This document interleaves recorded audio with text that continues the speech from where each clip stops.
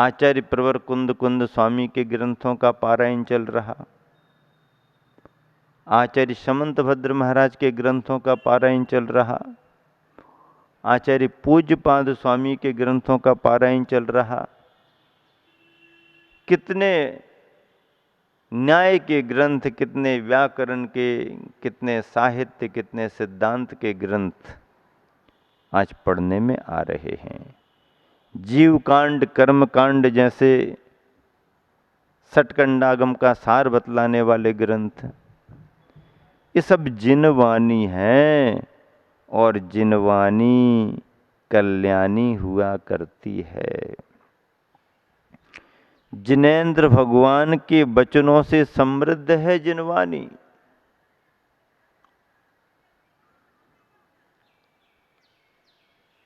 ऐसी जिनवानी यदि हमारे को सौभाग्य से मिल रही है तो ग्रंथों का मन लगा करके खूब अध्ययन कर लेना चाहिए।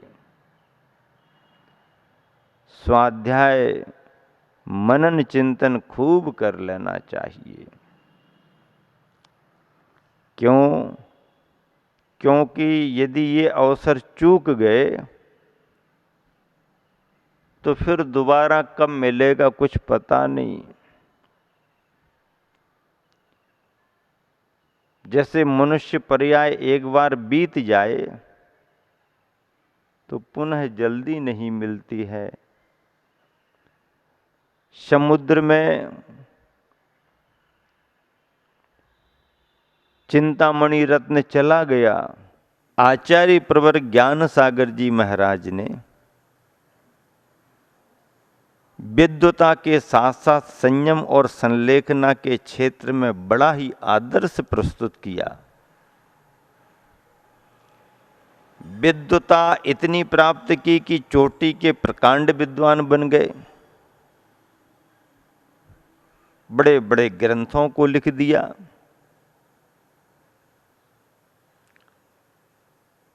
और ज्ञान की आराधना करते करते इतनी विशुद्धि बढ़ी कि निर्ग्रंथ मुनि दीक्षा धारण कर ली।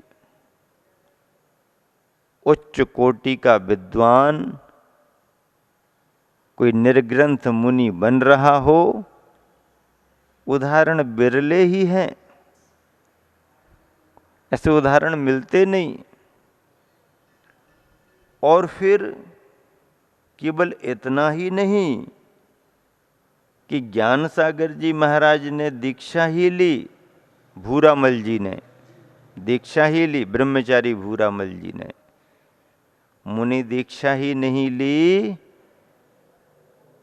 जीवन के अंत में संलेखना भी धारण की।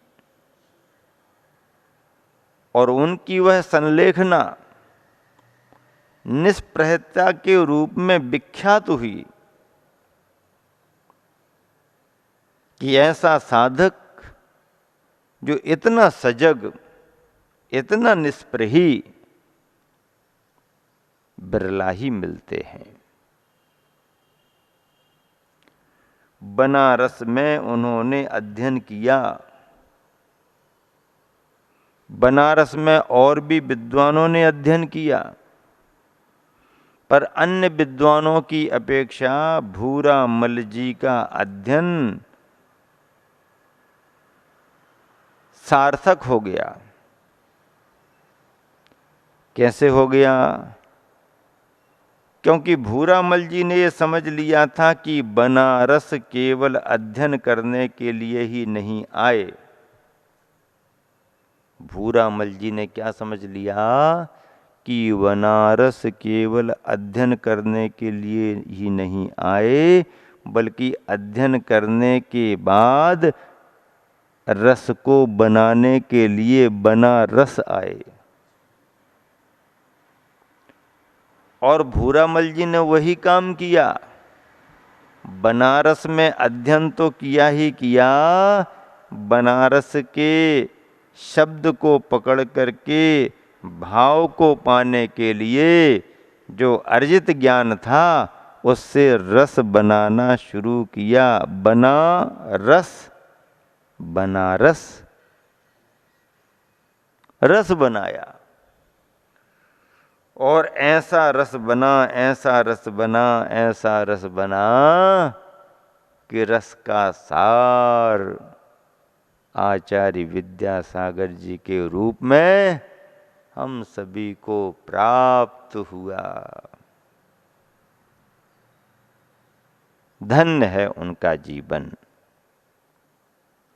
अपने गुरुवर की बात करें तो जिनवानी के प्रति कितना बहुमान रखते हैं। स्वयं अध्ययन करते हैं और संघ को भी अध्ययन कराते हैं। मन लगा करके पढ़ते हैं, पढ़ाते हैं। व्यस्तता में से भी समय निकाल करके संघ का अध्ययन कराते हैं। और कितने ही तर्क वितर्क करो, गुरुदेव के उत्तरों के समक्ष सभी निरुत्तर हो जाते हैं।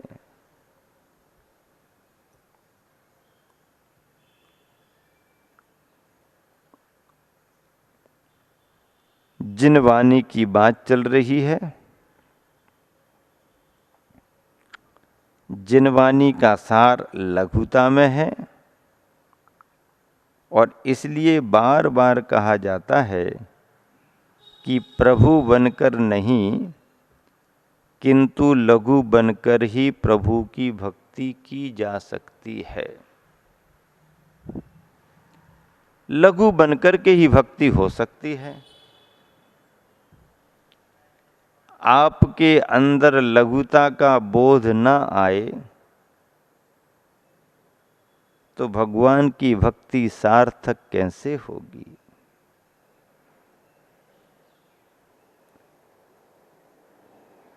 सिंहासन पर बैठ करके भगवान की भक्ति नहीं होती है, भगवान को सिंहासन पर बिठाल करके उनकी भक्ति की जाती है। क्या कहा? स्वयं सिंहासन पर बैठ करके हम भगवान की भक्ति नहीं कर सकते। अपने प्रभु को सिंहासन पर बिठाल करके और हम नीचे बैठ करके ही भगवान की भक्ति करते हैं। तभी तो बड़े बड़े राजा महाराजा भले ही अपने पुण्य योग से वैभव के साथ गजराज की सवारी करते हुए समोसरण की ओर जाते हैं, लेकिन जैसे ही समोसरण स्थल आता है तो गजराज से नीचे उतर आते हैं। बड़े बड़े मुकुट जो सम्मान के सूचक होते हैं, भगवान के चरणों में वह राज वैभव के मुकुट अर्पित कर देते हैं। प्रभु, आपके चरणों में वैभव का ये मुकुट समर्पित है। विनम्र हो जाते हैं, विनीत हो जाते हैं, भाव निर्मल होते हैं। यह सब सच्ची श्रद्धा का परिणाम है। और सच्ची श्रद्धा विनम्रता को प्रदान करती है।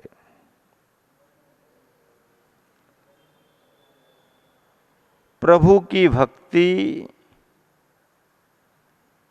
लघुता के माध्यम से ही हो सकती है। इसलिए तो गुरुदेव बार बार कहते हैं, निजानुभव शतक में भी कहा,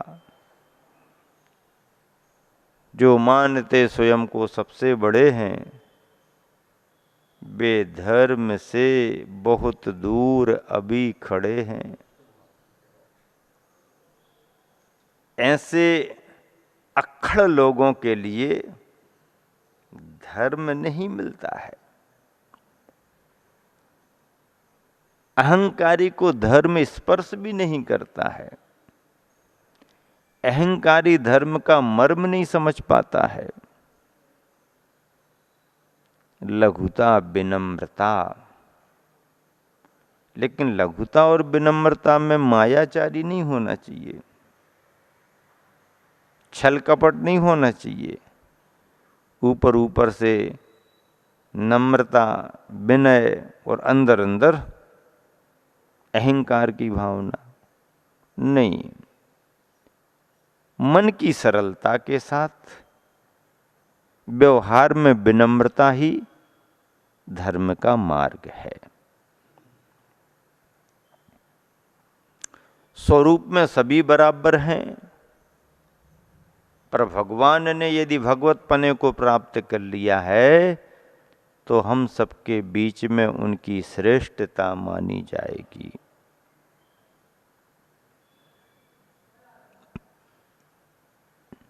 कितनी बड़ी बात। अगली पंक्ति में गुरुदेव कह रहे हैं, जिस प्रकार सीपी के योग से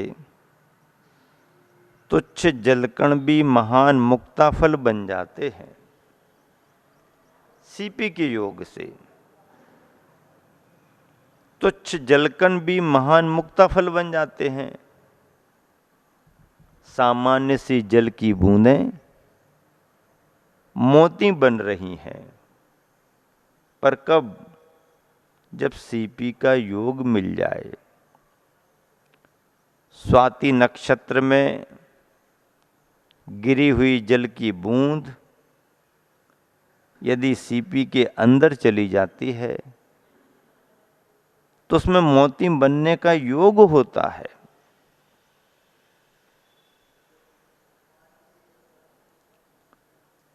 ठीक उसी प्रकार भगवान के प्रति किया गया अल्प स्तुवन भी महत फल प्रदान करता है। उसी प्रकार भगवान के प्रति किया गया अल्प स्तुवन भी, थोड़ा भी गुणगान, जितना समय हो उतना,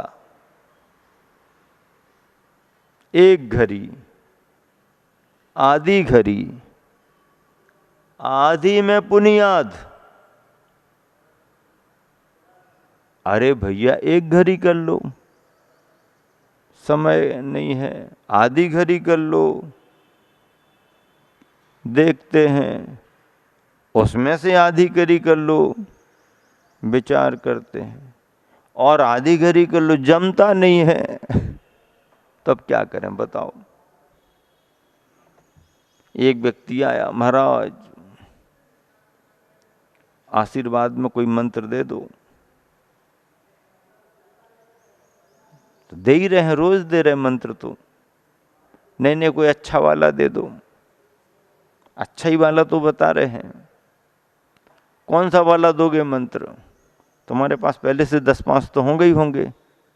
अब वो तो बहुत फेरते रहते, महाराज आप भी अपना एक मंत्र दे दो। ठीक है, एक ही मंत्र है हमारे पास, 8-10 तो है नहीं। कौन सा मंत्र? नमोकार। वही वाला नमोकार। क्या कहता बुढ़ा? वही वाला नमोकार। हाँ वही वाला, तो नया कहाँ से लाएं? वही वाला नमोकार। माला फेरो, पूरी माला फेरना पड़ेगी।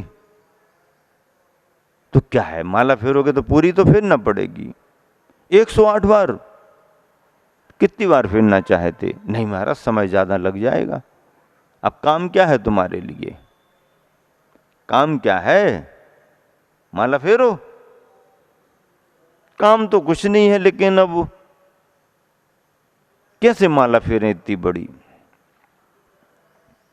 तो क्या चाहते हो तुम?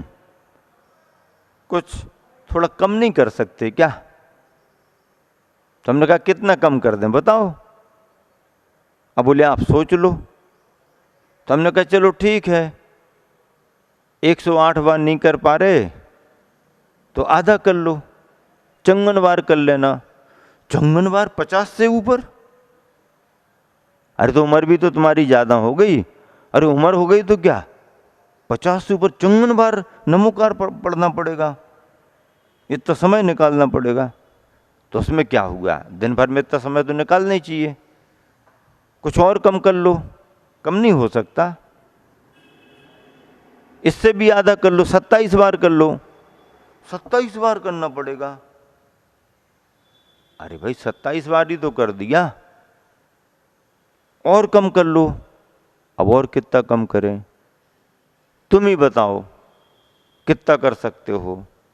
सोचते सोचते सोचते सोचते कहने लगा 9 बार में काम नहीं चलेगा क्या? 9 बार में? बच्चे हो क्या? समय नहीं मिलता है। अच्छा, समय नहीं मिलता है। 9 बार भी नमोकार नहीं कर पा रहा है, तो ऐसे व्यक्ति को तो मनुष्य पर्याय पाने के बाद चुल्लू भर पानी में क्या करना चाहिए? स्नान कर लेना चाहिए ना। चुल्लू भर पानी में डूब तो सकता नहीं है, चुल्लू भर पानी में, लेकिन कहा तो यही जाता है कि चुल्लू भर पानी में डूब जाओ। डूबेगा नहीं वो, पर डूब जाओ तो कहा जाता है। तो संसार के गोरख धंधों के लिए तो बहुत समय है, लेकिन जिन वाणी को पढ़ने सुनने और समझने के लिए समय नहीं है, भगवान की भक्ति करने का समय नहीं है, दूरदर्शन के दर्शन करने का तो बहुत समय है, देव दर्शन के लिए समय नहीं है। दूरदर्शन के दर्शन तो बिना नियम लिए हो रहे हैं, और देव दर्शन के नियम लेने के बावजूद भी टूट टूट जाते हैं, समय नहीं मिलता। अरे भैया, दूरदर्शन के दर्शन तो बहुत कर लिए, अब जरा देव दर्शन से जुड़ जाओ। देव दर्शन से यदि आप जुड़े तो आपका जीवन धन्य हो जाएगा, सार्थक सफल हो जाएगा। करके तो देखो। देव दर्शन का मतलब देव दर्शन से नहीं है, देवादिदेव अरहंत परमात्मा के दर्शन से है। देवादिदेव अरहंत परमात्मा के दर्शन से है।